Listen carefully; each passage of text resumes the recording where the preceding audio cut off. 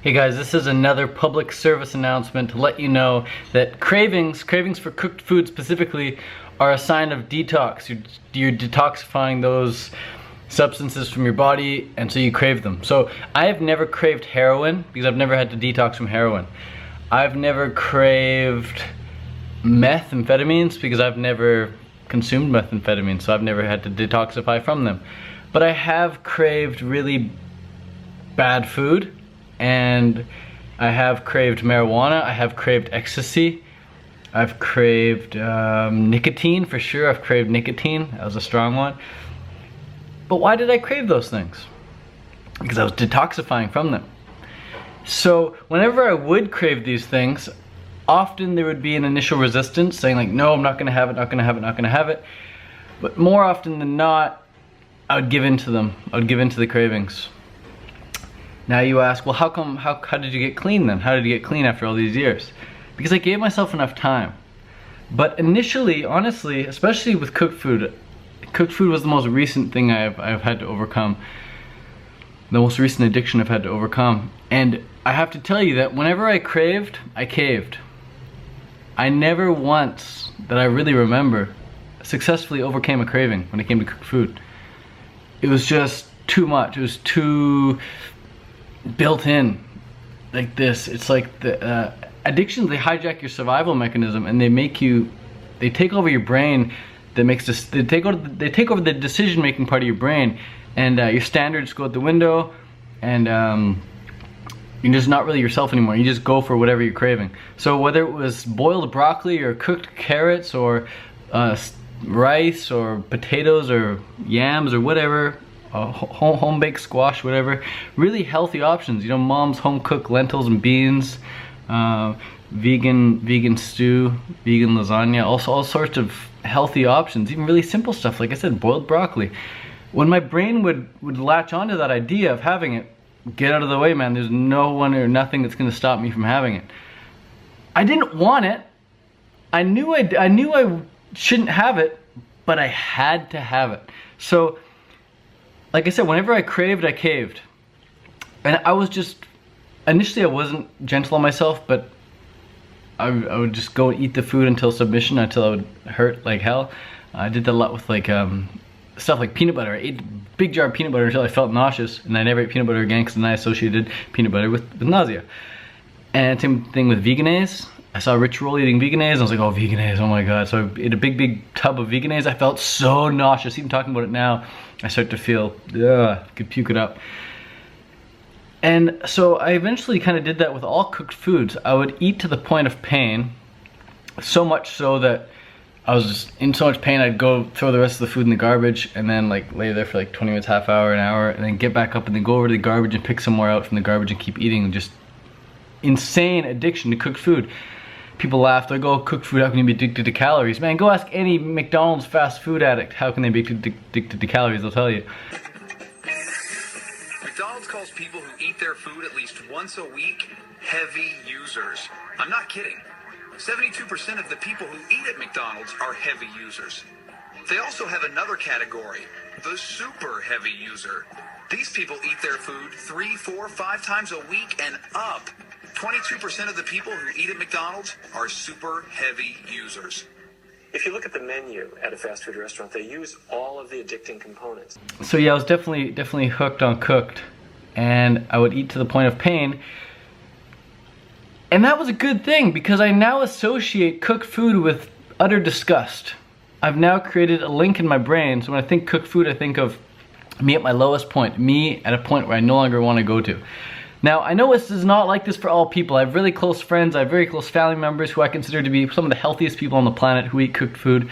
They do not have this same addiction that I had. No way. You probably watching this, most likely you don't have the same addiction either that you're aware of, at least, or you can really control yourself. Like, there are casual smokers who smoke once a week, there are casual drinkers who drink once a week, and then there are alcoholics, and there are chain smokers, you know? So, you could be a cooked food binger, like I was, or you could be someone who casually eats cooked food, no problem, and you can control yourself. But I think the cravings only really start to come on, truly, when you try to go 100% raw long term. Because anyone can go a couple days, maybe even a week cleanse or something, but try and live your life 100% raw, and that's when the cravings start to come up. What I want to say is that you can overcome your cravings, but don't try and run away from them. Just be with them and say, I'm gonna learn from this experience. I'm gonna figure out why I'm having it in the first place. Is it because I haven't eaten enough today? Typically when you don't eat enough, you crave things much more easily as well, because when your blood sugar is low, your willpower is lower, and when your willpower is lower, you're more likely to go for anything. And you just simply don't have the calories, so you're hungry, so you're much more likely to eat whatever's in sight, or want to eat whatever's in sight. So get enough calories for sure, but from fruits and more fruits. But initially that's very hard to do because your stomach is so small coming from cooked food. Cooked food meals, a small cooked food meal can contain 1,000 calories. Whereas you need 10 bananas, that's a lot more volume to fit the same amount of calories in. So your stomach might not be able to accommodate that initially. You gotta wait till your stomach stretches. I go to bed like Buddha every night, man. My stomach at the end of the night is big. I don't really go evening swim sessions around 6 or 7 at night because my stomach is just so big. That's not why, but if I did show up on the pool deck at 6 or 7 p.m., people would look at me and think that guy is definitely a bit tubby, he's definitely a bit overweight. But then I show up again 6 or 7 in the morning and I'm just slim as Gandhi. So bed like Buddha, up like Gandhi, that's how you do it. But initially it's hard to get like that because your stomach is just so used to cook food calories, so it's smaller, it doesn't need to grow big. But anyways, back to how to overcome cravings. How to overcome cravings. Just wait them out. Seriously, give yourself time. Give yourself a year or 2 or 3 or 4 years to overcome these cooked food cravings. And treat each cooked food like a different drug. Now, don't do this if you're not addicted to cooked food, but if you're someone watching this video and you want to overcome cooked food, you want to do 100% fully raw, you want to do the fruit living lifestyle fully raw, then treat each cooked food like a separate drug. So at one point in my life, I had to overcome my addiction to potatoes. And it was just the only thing I wanted was potatoes, potatoes, potatoes, potatoes. And I finally said, no more potatoes, I'm done with potatoes, they're out of my life. And I haven't consumed them ever since. And then it was with boiled broccoli. And then it was like with steamed broccoli. 2 different drugs, boiled broccoli and steamed broccoli, 2 different preparation methods. And then it was cooked carrots, and then it was cooked yams, and then it was cooked squashes. And then, I forget the last one, but oh, it was here in Thailand actually, brutal. These dried durian chips. I thought they were just dried durian chips. I didn't even question how they were dried. I thought they were just dried maybe in a big dehydrator. But turns out, no, these things are like deep fried durian chips with salt, and then I don't even know how they dry them afterwards. Maybe they put them in an oven or something, but yeah, it was about 9 months ago here in Thailand. I was consuming these durian chips, and as soon as I started eating them, I was like, holy crap, these are amazing. If they're raw, then that's like fantastic. But then I suddenly realized, I'm like, wait, these probably have salt on them. They don't say salt or anything, it just says 100% durian. Probably got salt on them, and they're probably dried or cooked in a certain way that makes them very, very addicting. So sure enough, after I finished my first bag, went back and had another one. I couldn't help myself. After the second bag, went back and bought a big box of them. Came home, I felt so nauseous eating these things. And this was 9 months ago. And I was like, wow, these are definitely not raw. I feel like crap. I went down, gave the box of durian chips to the girls at the front desk.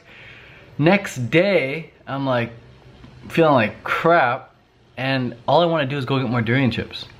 So sure enough, I get in a taxi, go to the mall, get some durian chips, and when I'm there, I'm eating them, I feel like absolute crap. I almost broke into tears thinking how low I am, how stupid I am for succumbing to this, but at the same time, I knew it was necessary, and then right there in the moment, I didn't even finish the box, I threw it in the garbage, and I swore on my mother's life, almost in tears, that I would never consume these durian chips ever again.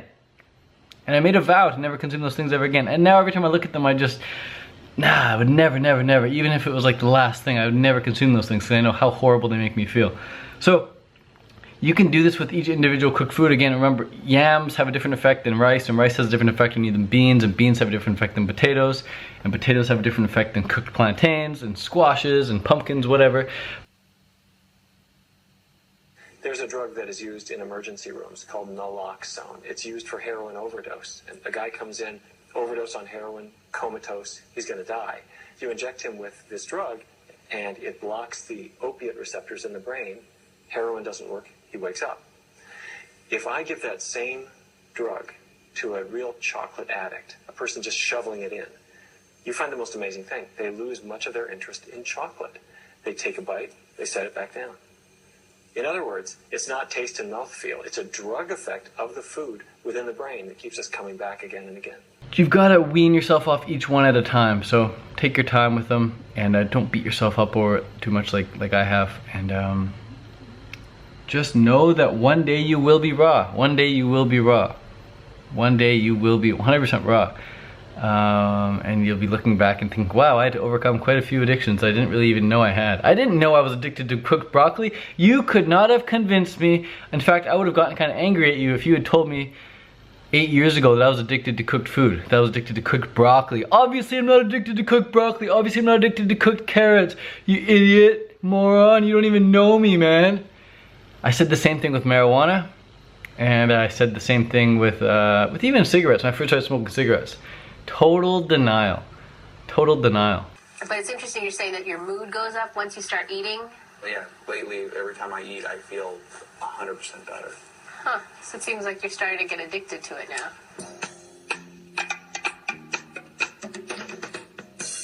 But again, some people, they don't need to quit cooked food. They can keep eating it and be healthy. My mom is quite healthy. Got a lot of friends, like I said, who eat a lot of cooked vegan food, and I think they're very healthy people.